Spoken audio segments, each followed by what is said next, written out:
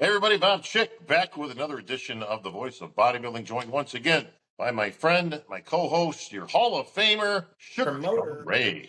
What do we got? Shameless plug right off the bat. That is a new record for you, Shawn. Not 3 seconds into the show, and boom, there it is.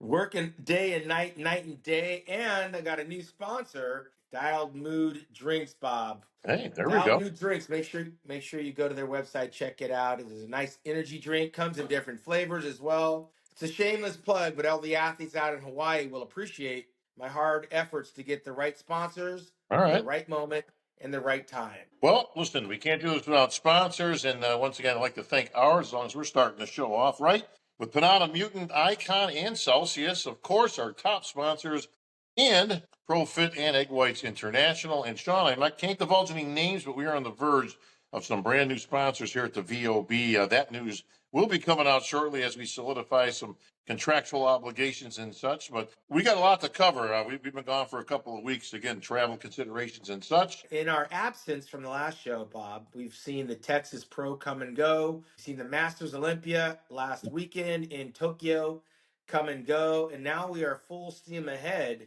into what many are claiming to be a fight for the world championship belt, Bob. What is that there? Speaking of the Masters Olympia, boys and girls, that's right, Shawnee. I'd be remiss if I didn't recall one of the greatest days of my bodybuilding career. And then, of course, it was winning what was then the Masters Olympia, changed into the Masters World Championships. But Yes. on that faithful day, Wow, that's a beautiful belt. hard to believe that was in '06. That was your last time on stage. You know what? And that was a great time to go out because it gave me the opportunity to go out on top, which we've talked about this so many times, but so few athletes ever get the opportunity to go out on top with a win and then call it a day. And that's exactly what I did. As it was, I was actually contemplating coming out of my short-lived 5-second retirement. If they would have had it the next year, I would have defended the title, but it disappeared again. So, well, we saw the Masters it's been a really weird journey for the Masters because we saw it start. I'm going to give you a history lesson. Back in '94, that was the year I got second to Big Dorian Yates. And that was also the time that Robbie Robinson won the very first ever Masters Olympia championship. over Big Lou. And he beat Big Lou. Of course, then that gave rise and gave birth to a second career for the Quiet Storm, Vince Taylor. He was still competing as an open bodybuilder, but with the Masters in his age group, he went on to knock off, I think, 5 consecutive Olympia Masters titles before he got dethroned by the late Don Youngblood. And we saw some other guys come in there. Claude Gruel came in, snatched up one of those titles, and a few other guys. More recently, 2 years ago, we saw Hidetada Yamagishi. Didn't he went over there? He won the Masters 212, and he just actually completed this journey. We'll get into that in just a moment. But I want to circle back, though, on that history of the show. It's had its good and bad. Like you say, Weider came up with this back in the 90s. It was pretty much put out there for Big Louie to win. This was supposed to be his show because he had not been able to compete doing the Hulk and all that jazz early in his career. Joe, I don't think it was a bad idea at the time. Said, you know what? Why don't we do a Masters Olympia? And like I say, it was almost created for Big Lou. And the interesting thing is, nobody expected that Robbie was going to show up looking as great as he did. And it actually went to Robbie. So that was so much was it for Big Louie. But Vince Taylor was, just to give some context, okay? Vince Taylor was still a force in the open. When he won that first Masters title, he was still 13th in the world. And at that time, that was a pretty heavy lineup, in that 90s, as we've become fond of. So, what a great champion Vince, though, man. Well, the origins of that, while it might have been set up for Lou, Robbie Robinson knocked him off, and Robbie, coming out of retirement, looked nothing less than amazing. But we also had Dickerson, Warrior Code, Case Theater. What was our boy from Sweden? What's the guy's name? Andreas Calling. Andreas Calling. These were guys, when I picked up a magazine, they were like dominating the publicity machine. So to see them come out of retirement, and Boyer at the time was one of my co-hosts for the Flex Magazine workout. Yeah, that's right.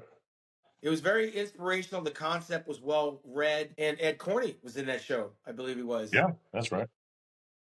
And the concept was good, and of course it ran its course, and then it disappeared. We came back with the Masters World Championships that Yarka, our friend Yarka in Florida, put on. I believe it was Dexter Jackson won one, and someone won the other one.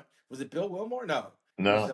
I know for sure Dexter won. but it ran for 2 years and disappeared. And of course, Jake brought it back to Romania 2 years ago, now over in Japan. I'm not sure what the attendance was.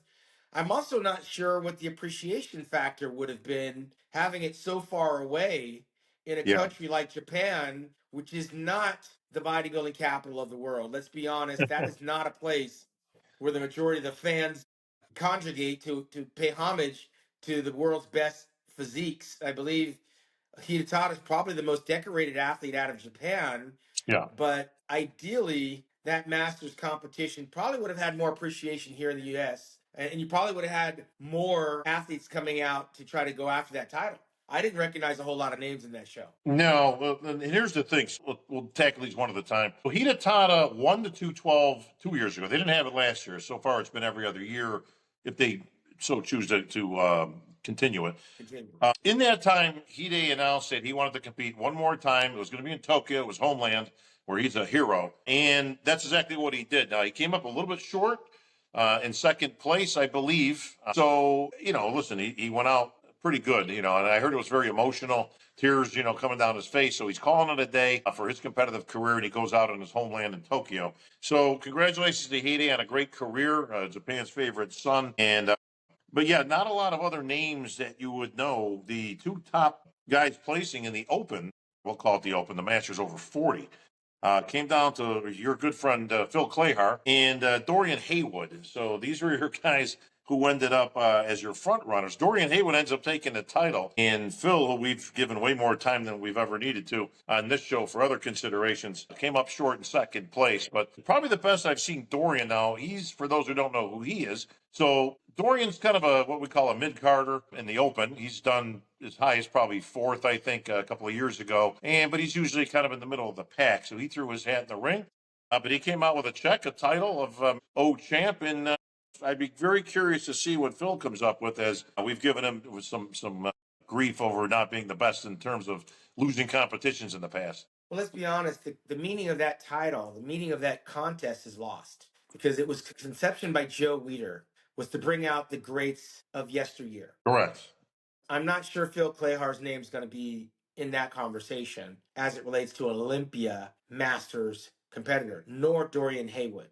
It's not no fault of their own, but the concept of why that contest was created is 100% lost. Now it's Agreed. just open, and now it's just open to hand-selected athletes. I'm not sure who the committee is, but they null and voided the reason that show was made. That show was made to see some great athletes come out of retirement. Now, conceptually, I would have gone after some guys that had a good run that we want to see one more time, right? Right. So Phil Clayhar's not one of them, and neither is Dorian Haywood. They fit the bill because they match the age, masters, and then also because a hand-selected group of people chose them. I'm not sure what that selection process looked like, but it certainly did not include some of the players from yesterday's past. These are Right. not former Olympians that people want to see again. These Correct. are old guys that meet the criteria for Masters. Now, you can only compete against who shows up or who was hand chosen by a committee of anonymity. We don't know who the committee was that chose these athletes to go all the way to Japan. Well, to emphasize what you're talking about, was it's akin to like in the old days, like when they had like the old timers day at Yankee Stadium, okay, and they would Yes. bring out some of the greats of history, and some of the Yankee greats, and you see them at bat one more time. It wasn't much more about the game, or there was no winning or losing really. You just wanted to see these old greats kind of one more time. I think that was the original concept, which you're right It has been was. lost in the fact that not only did it not sustain, I mean, it's gone two resurgences over the years, as it was gone for about 12 years, brought back by Yarker, then it was gone another 13 years and brought back by Jake. So the problem is like anything, Shawn. I mean, you need an audience, you need an ROI. Is there an audience for it? That's debatable. We weren't there, based on what I've heard and have seen myself in past. There's not a lot of play for the Masters when it comes to people willing to pay for it, people wanting to see it. So Well, you gotta know who the players are to develop interest, and I'm not sure that was a component that anyone on the selection process took into consideration when you have a contest that's called Masters Olympia, and the idea is to see one more time these old school cats. There were no old school cats; they were just older no. guys. So there were a few familiar. Freddie Smalls, I guess he was in there. He didn't finish as high as he had hoped Let me to. ask you a question about Freddie. Was he ever in the Open Olympia? I don't remember seeing him in the Open Olympia. I don't know. I'd have to actually research that. Not to my recollection. I'm not so sure Freddie ever won an open show to get there. I mean, he was a top guy. He did, great posing. I used to love his entertaining posing, but no, I don't think he was. But that's what I'm saying. Like the allure, the attraction of seeing past Olympians one more time. I don't think anybody in that contest was in a past Olympia No. 15. I'm not sure that this, like you said, the original concept is way lost. I mean, that's been for a long time. I tell you what, I might suggest for this. I'm not so sure that this is a show that merits consideration to be a show, a whole show at that. There's Yeah. just too many costs involved and not enough return for me. I'll tell you what I would suggest, Shawn, is if you wanted to have a Masters Olympia title, that's a title that gets bestowed on somebody that's, let's say, over 45 that finishes the highest at the Olympia. And you would award it much like you would award a most muscular award or a best poser award. Hey, and in our Masters Olympia category, in first place, Yes. it's whoever finishes the highest. And I wouldn't use 40 because we've got Olympians that are 40. So Yeah. I would use 45 or even 50 and say, okay, first a guy, Joe Blow ends up winning, at 51 years old. Boom, he gets it. You bring him out, you reward, give him an award or a prize, and he's your Masters Olympia champ. Well, I think it does. It's almost a courtesy award at that point. Just because you're the oldest Olympian on the stage doesn't necessarily merit a title, right? If you qualify for the Olympia at 50 Right. years old and you go to the Olympia and you get 15th, there shouldn't be an exceptional award just because you got there and you were 50. If you're not able to compete with those open guys. But to get back to a point, if you're going to market this thing and sell it the way it was designed to do, there's going to have to be a committee of consultants that choose these athletes because you got to be very specific about trying to get an all-star game of a bunch of old cats together, and that didn't happen. So So you you're just had to saying be. you need some all stars to have an all star game. Yeah, I think you got to consider the committee that chooses the athletes. If you're going to choose athletes and you're going to handpick the athletes, you got to have the right people choosing them. Choosing somebody just because they're age worthy, it doesn't make a whole lot of excitement. Well, you're going to love this next one, Shawn, as knowing you as well as I do. So the winner, Dorian Haywood, and again, congratulations to him. These guys don't make the rules, by the way, folks. So while we may like to give our 2 cents on whether it shouldn't be, or anything in between, we never take it out on the athletes as they're just don't hate the player, hate the game, right? That type of thing. But Dorian Haywood has qualified for the Mr. Olympia with that win. Well, I was very good friends with the late Don Youngblood, who beat a five-time Yep. Masters Olympia champion in the form of Vince Taylor. And then he chose to go to the Mr. Olympia competition. I remember he was in the year And I was in, I believe. Oh, two. along the way, and he was a multimillionaire, we and a few other close friends were trying to discourage him. But it was a lifelong dream that he wanted to walk across the stage. I don't know. I never really had a dream of walking across the stage. I like to compete on a stage, but just walking across. Right. But at the ripe old age of being a Masters Olympian, walking across the stage for him was a dream come true. And he probably would have paid money to do so. He got the opportunity, he did it, and unceremoniously, he finished dead last. That was something that a lot of Yep. people in his corner could predict because of the level of competition. Dorian, while great in Japan this past weekend, going into the Mr. Olympia as a competitor, I'm sure he's probably got a little bit lower expectations for what he believes would be a part of the dream. Because if you've never been in an Olympia, maybe just getting there is part of the dream to experience it. I know what that was like as a 22-year-old. Sure. I did it. I checked the mark and I had the rest of my career to try to improve on it. As a Masters guy, it's different when you're sitting in the audience as opposed to walking across the stage and feeling like you're part of the team just to experience it. But it comes at a cost. And it's, when you just come off a nice win, remember you said you walked off stage with a victory. Yep. Most guys don't finish their careers with a victory. Now And let's face it, it's not a they lot of don't. Actually, it's not a lot they of fun. It's not a lot of fun to get ignored either. And I think that that might be a situation where for Dorian, it might be one of those bucket list things. But when you get there and it's all over with, you realize you wasted a certain portion of your time, your money, and your life. But if it's part of the goal, part of the dream, I don't want to rain on that parade. But man, it's not a whole lot of fun getting beat up by a bunch of young guys. Well, this comes down to a subject matter that we have tackled a few different times over the years, but you really have to kind of wonder and speculate, what is the dream? Like, what is the bucket list check mark? Your bucket list as a young 20-something-year-old, as mine was, because we grew up in the same time frame, literally, was to get to the Olympia, right? To ultimately be Mr. Olympia. Now, you had that dream as a teenager and a young guy in his 20s, realizing a pro card at a very young age. What were you, 21, 22, I think, when you got yours?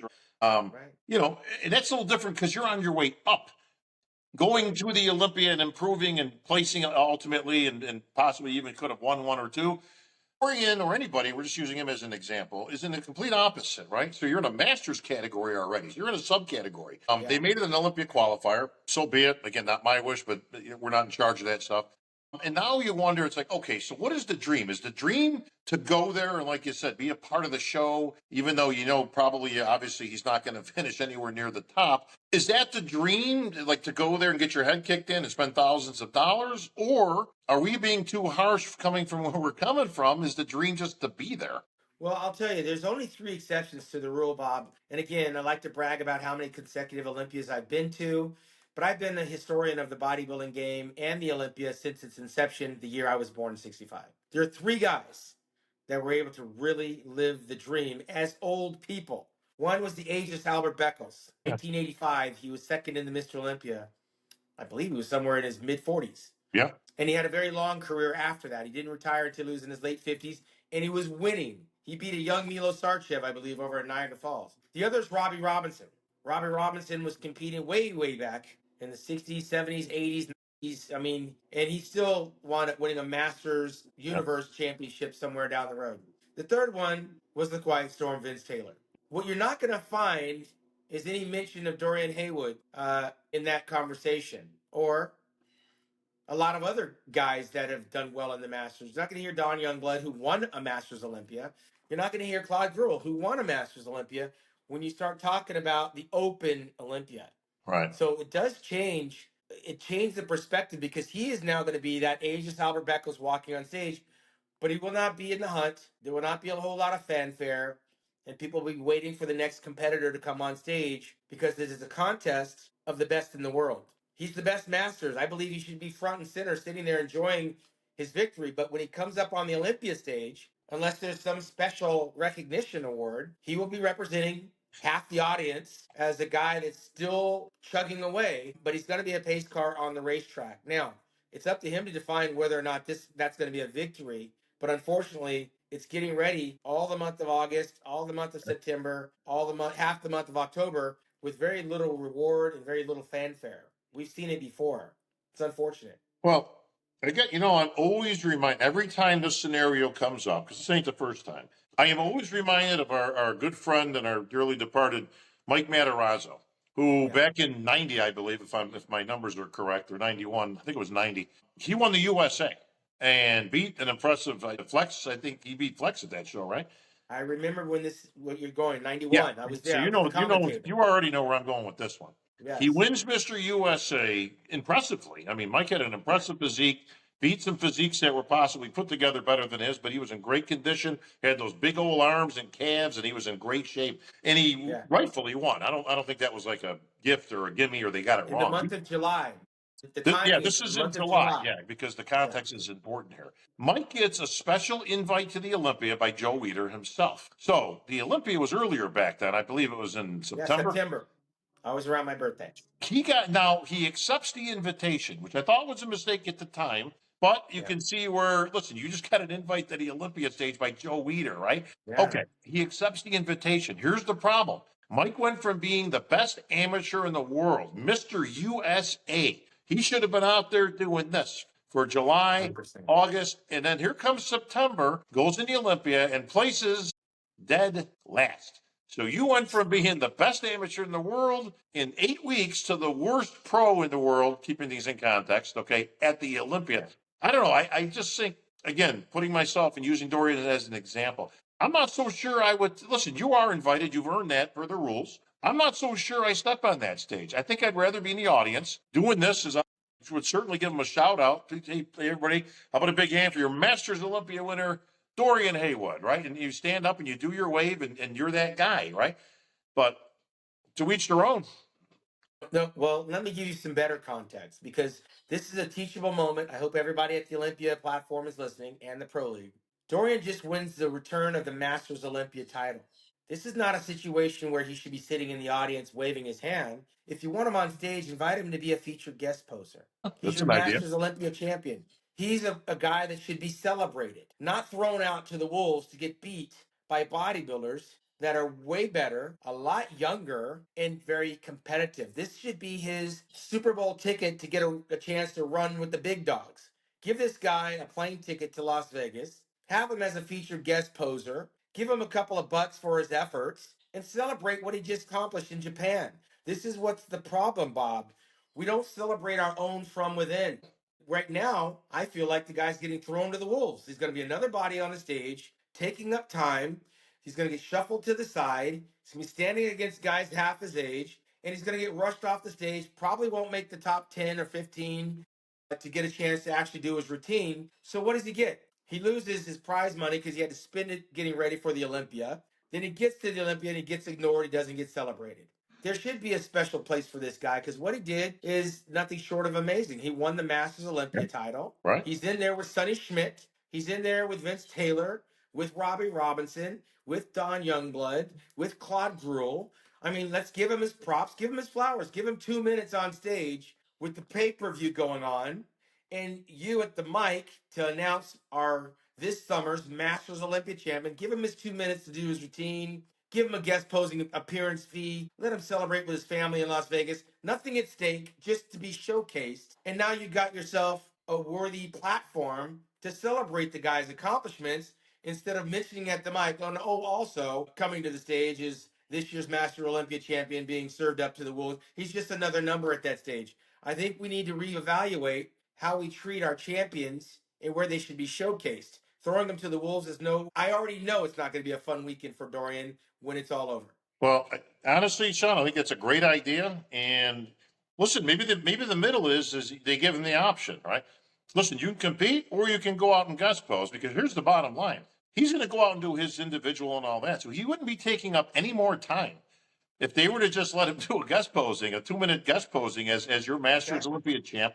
And I think you're right. I think it does celebrate a victory, and it should be celebrated. Listen, Dorian should be very proud of himself. He went there to win. He did just that. Well, the lineup wasn't great, obviously. It was okay, but that's what you're going to get. And it's not up to him to dictate who he competes against, right? His job was to go out there and beat everybody that showed up to compete, and that's exactly what he did. But, great idea. Maybe that's something they can look at in the future. But we are, speaking of the Olympia, Shawn, we are 8 weeks out officially. So we're getting down to nitty gritty time, and the qualification shows are getting less and less. There's literally only a handful left. Just to recap, because I'm not so sure we covered a lot of it, but Jordan Hutchinson won in Tampa, beating Quint Beastwood, our good friend Quentin area, who I was very high on, not this past New York, but the New York Pro of the year before. And he just did worlds of improvement to his physique. He's a big guy.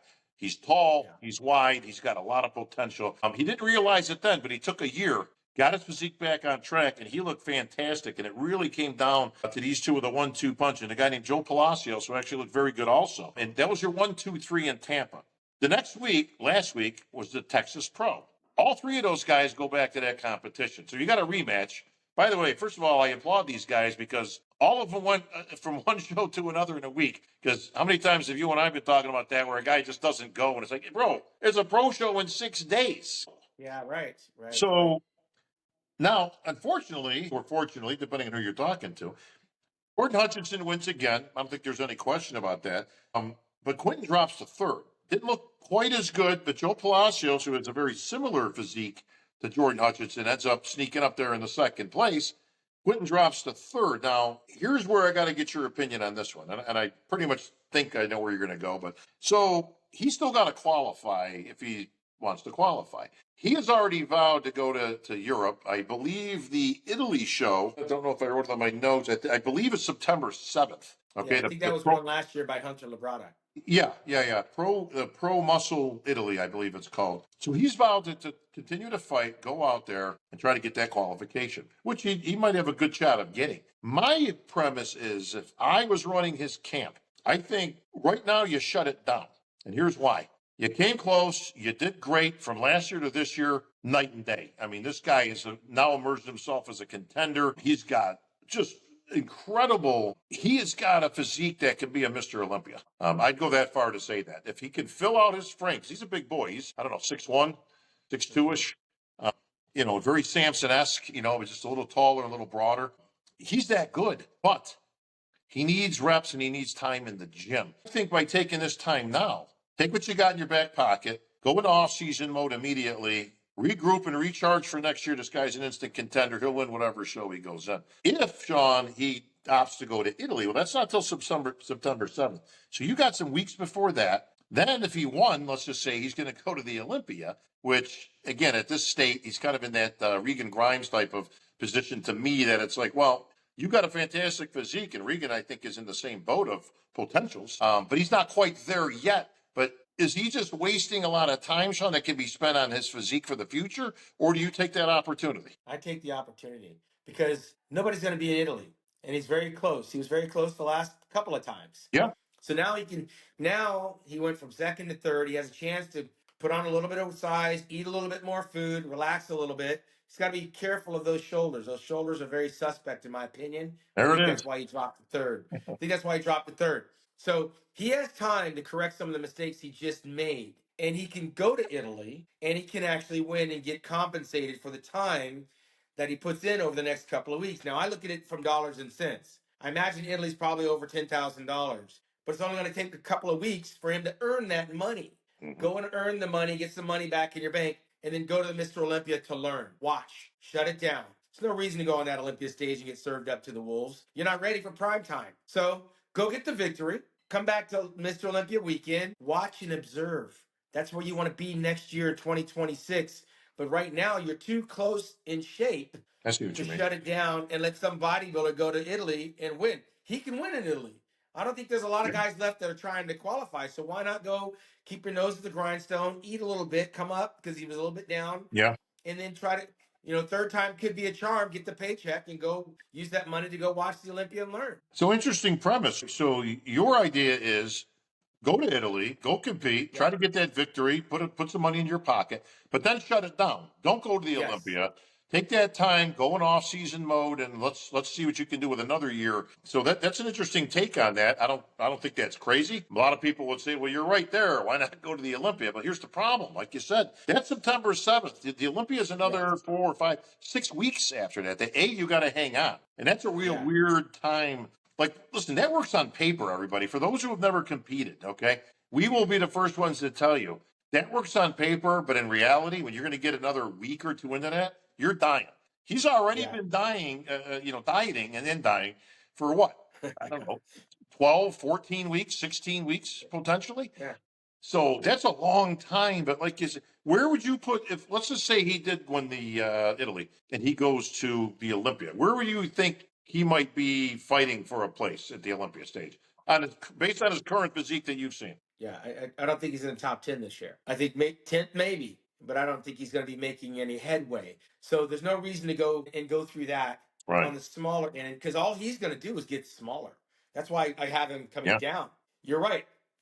He's got a big frame. He's got good shape, but it's got to be thicker. It's got to be fuller, and it's got to be more advanced. If he goes this time right now and stays on that diet even longer, he's just going to be a skinnier version Yeah. of what he is. And we're going to get to the Olympia, and we're going to say he needs more upper body mass. He's a little bit too lean. Yeah, he's got to go into Ronnie Coleman off-season mode. But right now, Italy is not the same playing field. He's not going to be up against guys that are his height and bigger. I mean, Samson's maybe 6 feet. He's a Yeah. lot thicker. He's going to make this guy look like a swimmer. The guy that he would look favorable is Andrew Jack, but he's got to hope that he stands next to Andrew Jack, and Andrew Jack isn't ripped. We're still waiting for Andrew to come in ripped. But right now, Quentin only has to prove to himself that he can correct the mistakes. The one that he made he got beat by a better bodybuilder in Toronto. I believe it was Toronto. No, it was Yeah. Florida. And And then in Texas, I think he made some mistakes going into Texas. He can fix that going to Italy. Yeah. And of course, I believe he'll probably be the best guy in Italy. So if you win there, you got nothing else to prove. Now it's time to learn. Now it's time to relax. Now it's time to grow.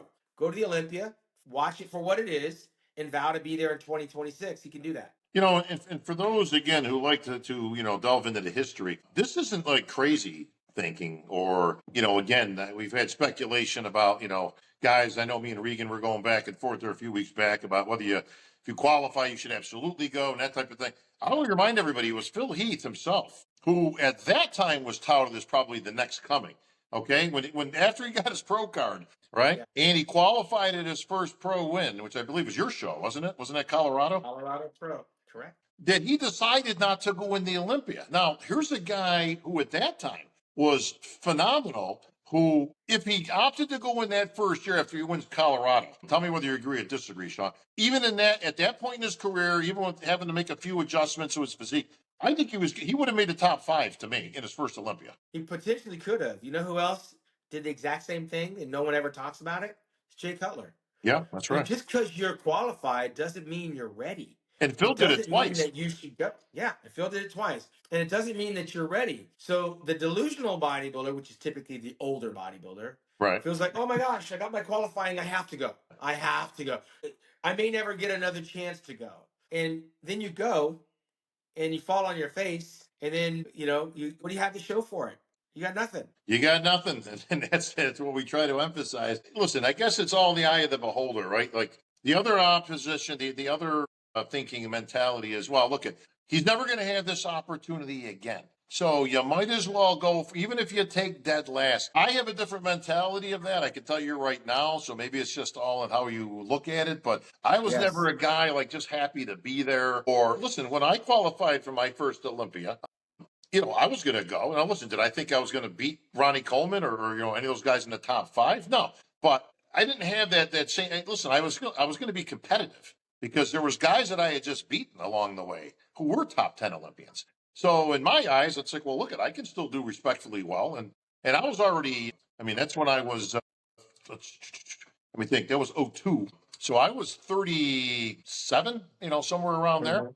So I was, closer to the end of my career than the beginning of my career. So that's how I looked at it. But I would not have taken the old just because you qualify, you go type of thing. That's just not me. Well, what our sport is missing are these clinics, moratoriums from guys that have actually been there. If you ask a guy, let's take John De La Rosa for example. Right. A year ago, John De La Rosa won the Tampa Pro, and he was gung ho on going to the Mr. Olympia contest. And I tried to discourage him. I said, "Look, I you know you don't did. want you don't you don't want to go to the Mr. Olympia, bro. It don't make no sense. The dollars don't add up. It's going to be a hard road to hoe." Well, it got down to the nitty gritty, and he couldn't get his dad a plane ticket to come, so his dad didn't even go. And that was part of the reason of going. He wanted to perform in front of his family. Somewhere along the way, he went out to eat some food and he couldn't get back into the venue because they wouldn't allow him to bring his food in.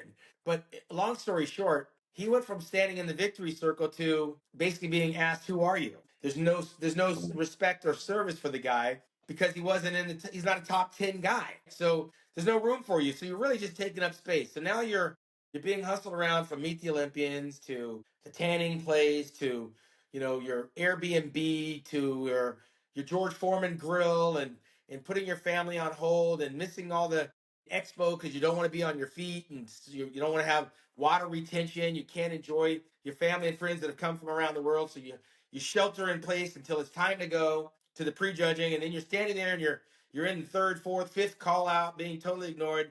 And now in your mind you're thinking, I got the finals. Am I going to get to go on stage at the finals? Do I have a ticket for the finals? What am I going to do? I'm not a part of the festivities. I'm being ignored. I'm nobody from nowhere because all the focus is on our finalists, and I'm not one of them. So that feeling, Bob, for the majority of guys, you have to actually experience it. You've got to go through it to understand it. And if some of these guys would just talk to people that have been to the Olympia to try to get experience, that have been totally ignored, and their whole experience wasted, they would think twice about jumping on that stage just to experience the Olympia. It's not a fun place, especially if you're not in the hunt. No, listen, the experience of any pro show, as any pro can tell you, is a lot different when you're winning or in the mix or you're in the last call out. Okay, Yeah. it's two different worlds. I can't say that. I mean, I'm not a journey guy and all that. We've talked about that a million times, but it's a lot different experience, man. When you're up there and you're fighting for the title, than if you're out of the mix. Now, you only had that happen basically once in your entire career. Horrible. It was Yeah, horrible. which and again, which was that was the only time. Listen, you had a great, successful, teenage career, albeit still debatable. But after that, listen, it was an ascent to the top. You did great. You won. Boom, you qualified. Bam, you were there. But the only time you weren't in the top five at Olympia, I gotta say, where you can tell it first. I mean, that was your first time out of the mix. I mean, it had to Yeah. feel a whole lot different. Well, and I had the advantage of time on my side, right? I Yep. had youth. I had the inexperience of living alone in my apartment, traveling the world on a world tour after winning the Nationals in '86, competing at the Night of Champions in May of '88 in the middle of a world tour. So all of these rookie mistakes were being made for the world to see, and I was getting ready to get served up in the gallows as the Olympia came around one day after my birthday. And I didn't want to go, but I was signed a contract and I was Right. committed and I couldn't back out if I wanted to, but Lord knows I wanted to back out because I wasn't ready and I couldn't. So then I had to just kind of go with the tide, right? Like Right. you either swim with the tide or you try to swim against it. And as I decided to turn it into a learning experience, I vowed that if I ever get back here, I'll be prepared. So I had a chance to watch the veterans, Albert, Robbie, Sure. Bob Paris, and Lee Haney and Gaspari in Labrada, and I went into fan mode and I put it to memory. And of course, I didn't get to compete in 1989 because I was suspended. So now I had to wait another year. So it took me 2 years to get back and to get right in my mind and my body develop to where I said, never again. I hope that never happens to me. And it didn't. By Right. the God's good graces, it didn't. But I know far too many friends who were competitors who've gone through that. And I've sat in the room with them and it's a miserable place for them to be because most of the time they feel ignored. I just won, I qualified, they didn't call me out, and how did that guy beat me? And I don't have anything to show for it, and they wasted my time, and I paid for my 10 and I Right. put my family in this hotel and I bought 10 tickets and it's a miserable experience for a lot of the guys. One thing can prevent it is one voice of reason saying, look, man, I don't think you're ready. Don't do it. It's not a place. You're not ready for these guys. But the athlete, regardless of age, regardless of common sense, reason, and health consciousness, goes anyway. And they go right off like sheep following, right off the end, getting ignored, getting kicked around, being a part of someone else's sideshow. There's a reason why most people don't go out on top. It's because they stick around thinking that things will be better or something's going to change, and they don't. These athletes are better prepared and more ready for war than ever. A masters athlete coming into this show is he's going in with his eyes wide open. Is I think it's a foolish mistake to do.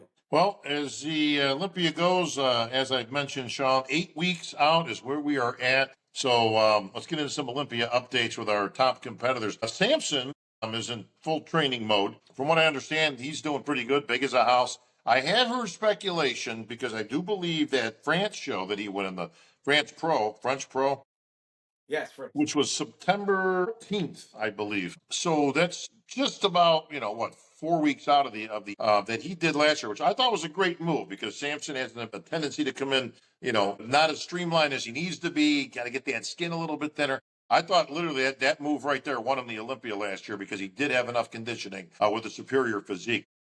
So I have heard that he might go do that same route again, which I am all in favor of. I think it's a great move if he has the ability to get on stage four No weeks question. out, I'm in 3 weeks agreement. out. I'm 100% in agreement with that. That's what is he, an hour away? Lives over in England. Yeah, I definitely go back. I definitely go to that show if I'm him. I think it helps him. Listen, I wouldn't say that for everybody, but I think he is in a position that it can bring him in. Listen, he's not going to get I beat there mean, by anybody. yeah. Well, that's what I was gonna say. You're only as good as the guys you stand next to, and he will not be standing next to No. the top 3 or 4 guys in the Olympia. So he should go. Now, Hadi and I'm going to put Beirut in that same boat because they're both from Iran. We haven't had any update on. I'm trying to get some inside info now as to whether that is a go, whether it's still a problem. As everybody knows, Well, the world stage, of course, with travel from Iran of all places, is not a good one right now. Hadi, let me give Hottie some advice though. If I'm Hottie, I go. I'd be in France. Oh He yeah, has that's he has an easier chance to get to France, true. and maybe from France to the U.S. But for sure, if he can't get to the U.S., he has a chance to get some compensation and also on a bodybuilding stage. So if I'm him, I go surprise Samson. You know what? That brings up an interesting premise because Beirut is in the exact same boat as Hadi. So wouldn't it be something? How about you're the promoter of the French show, and all of a sudden here comes Samson, Hadi, and Beirut to Bahani to compete, right? But listen, like you said, it's a competition. At least all's not for naught if they can't get here. But we are hoping, fingers are crossed, toes are crossed, everything that Beirut, especially Beirut, because this guy's been given the short end of the stick. He's qualified too. I think this is his third time qualifying for the Olympia, and he's had visa issues and just can't get here. If he can get here, this guy's kicking somebody out of the top five. I will absolutely go on record right now with 100% certainty. If anybody has seen this guy in person as we have seen him in Dubai, he's big, he's in great condition, and he's got a physique that will absolutely boot somebody out of that top five, top six. It'll be a travesty if he's actually training for the Olympia the way he did for the Dubai show, Yeah. and he has nowhere to go with it.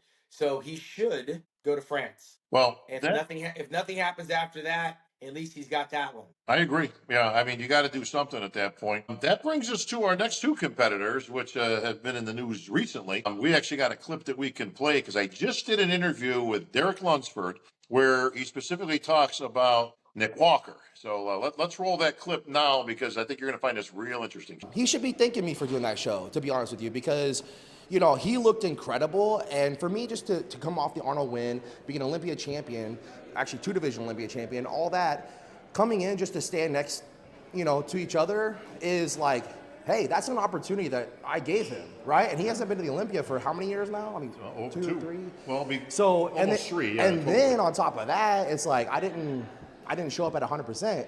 So that was like door open right there, and yeah, it was arguable. And people were writing off Nick. Nobody should have been writing off Nick. Nobody should have been writing off Nick ever, but they was. And if I hadn't showed up, I don't think there would be the hype now going into the Olympia.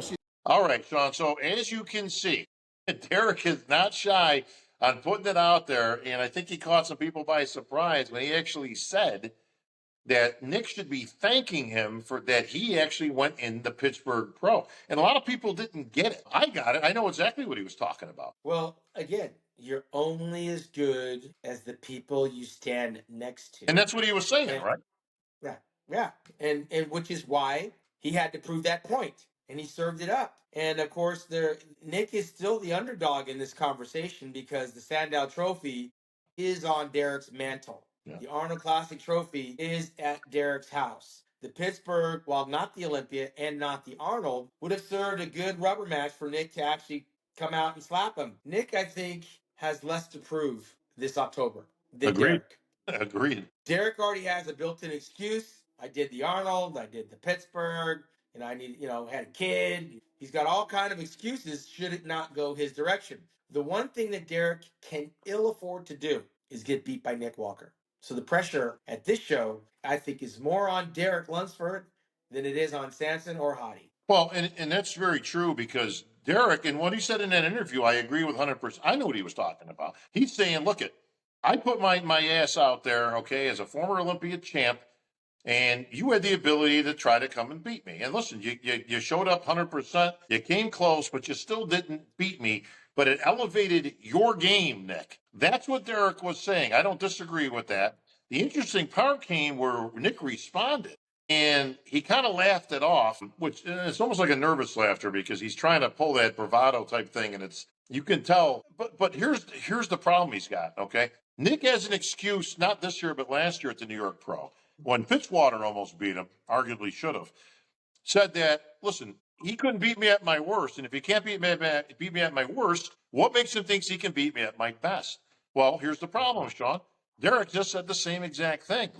I showed up at 90%. You still couldn't beat me. So what are you going to do when I'm close to 100%? You're not even close. But here's where I had an interesting laugh about the whole thing.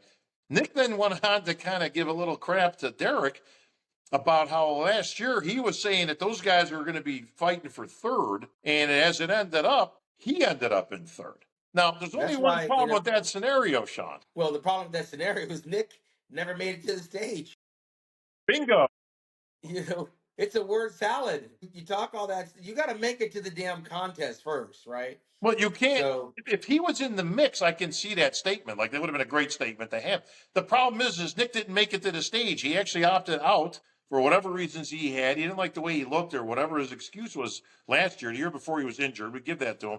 But he just decided not to go in. But how do you give shit to a guy who, I don't care what he was, former Olympia in this case, former Mr. Olympia, who ends up in third place when you weren't even in the show? yeah, I mean, there's a lot of Monday morning quarterbacking here, and at the end of the day, you're only going to be remembered for how you do it on the stage. You can say what you want to get the attention, but be careful about the amount of attention you're seeking, because he is talking about a Mr. Olympia, and he has been beaten by him in the past, most recently in Pittsburgh. And this is a guy that said he had some mental awareness or mental health issues. You don't want to put more pressure on yourself. Just focus on yourself.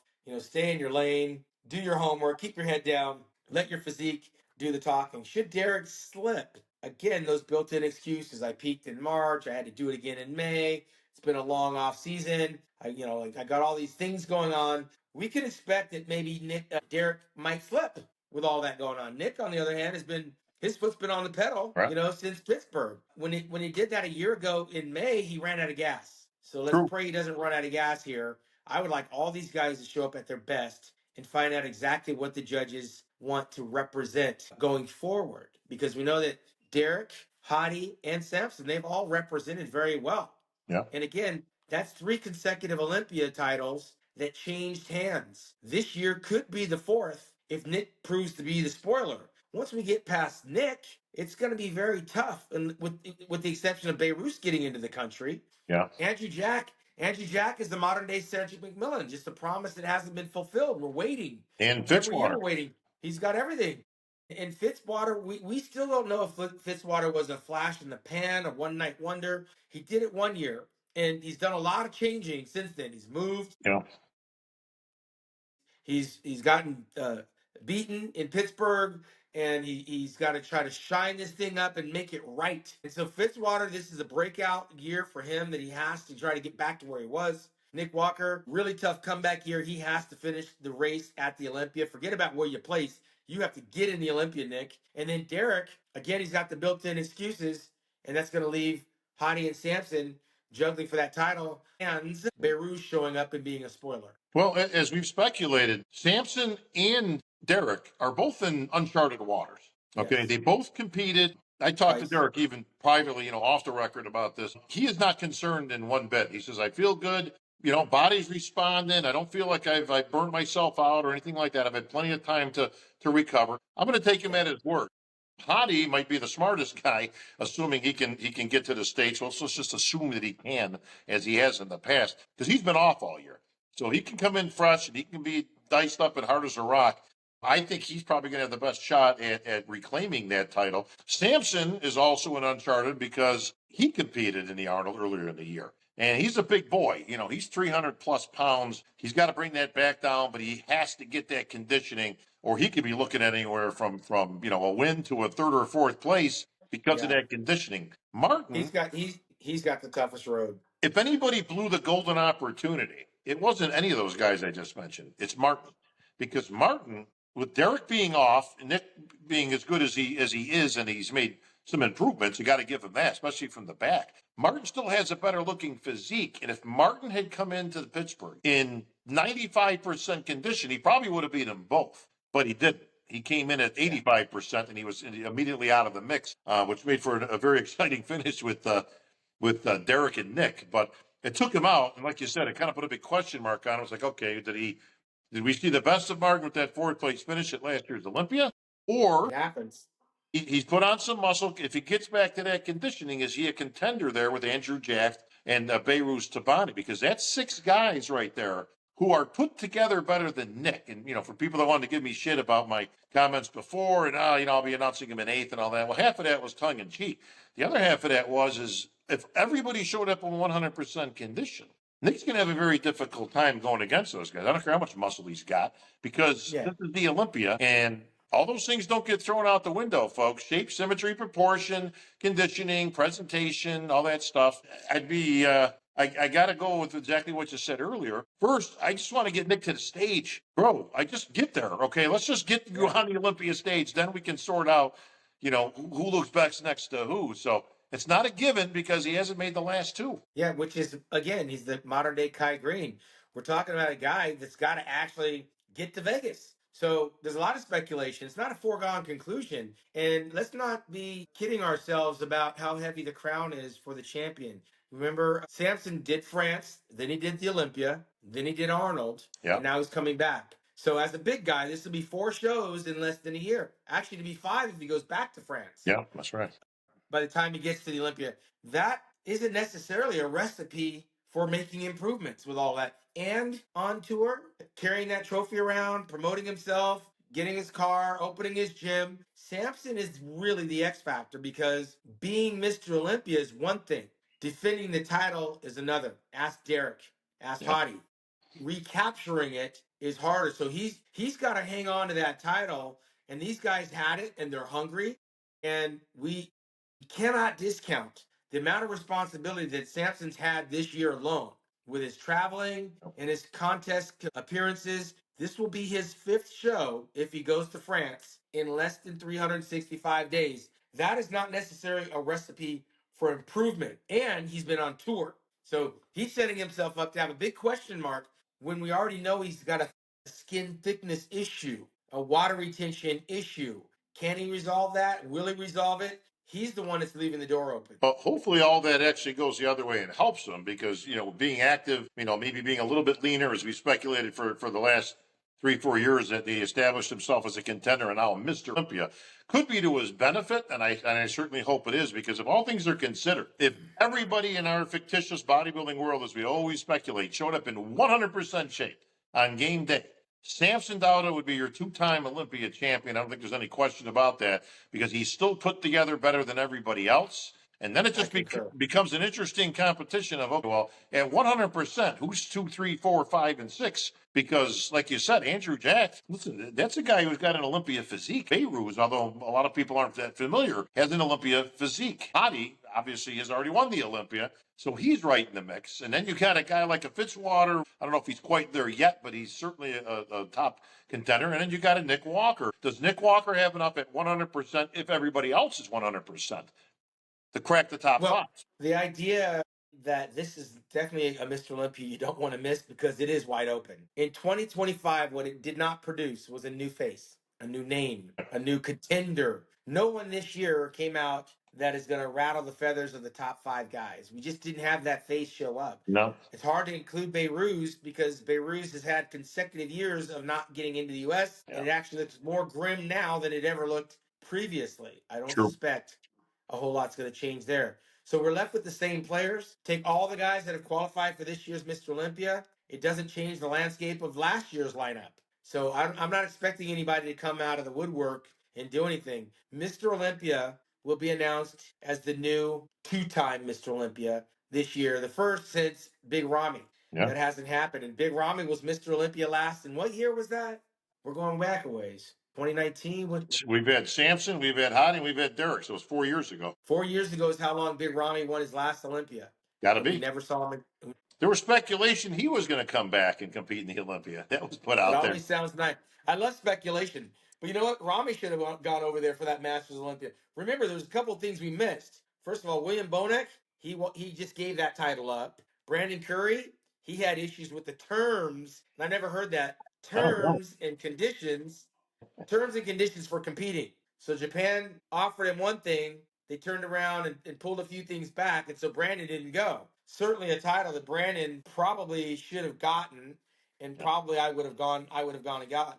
So hence you got Dorian Haywood. Now, he may be battling against somebody like a Dorian, right? Like, I mean, that would have been a good matchup, I think, over in Japan.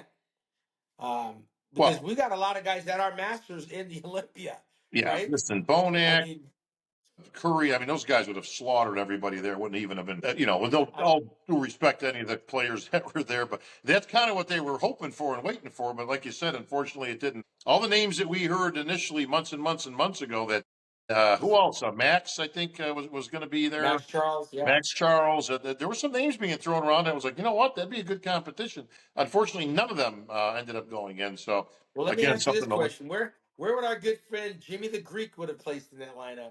He Yeah, had Jimmy ceremonies, but he Mentis, was not our old invited. friend, he put in, and unfortunately didn't get the call. Listen, I don't know even why you wouldn't just let anybody who wanted to go in. They pay their own way there, pay their That's own what it looked like. expenses. So Yeah, I'm not so sure what the selection process is even for. When yeah, you take anybody you can take that wants to go up in for that title. I mean, sure. anybody except for us, because everybody knows, Shawn, the only thing tougher than hanging up your trunks is fitting back into them. That's it.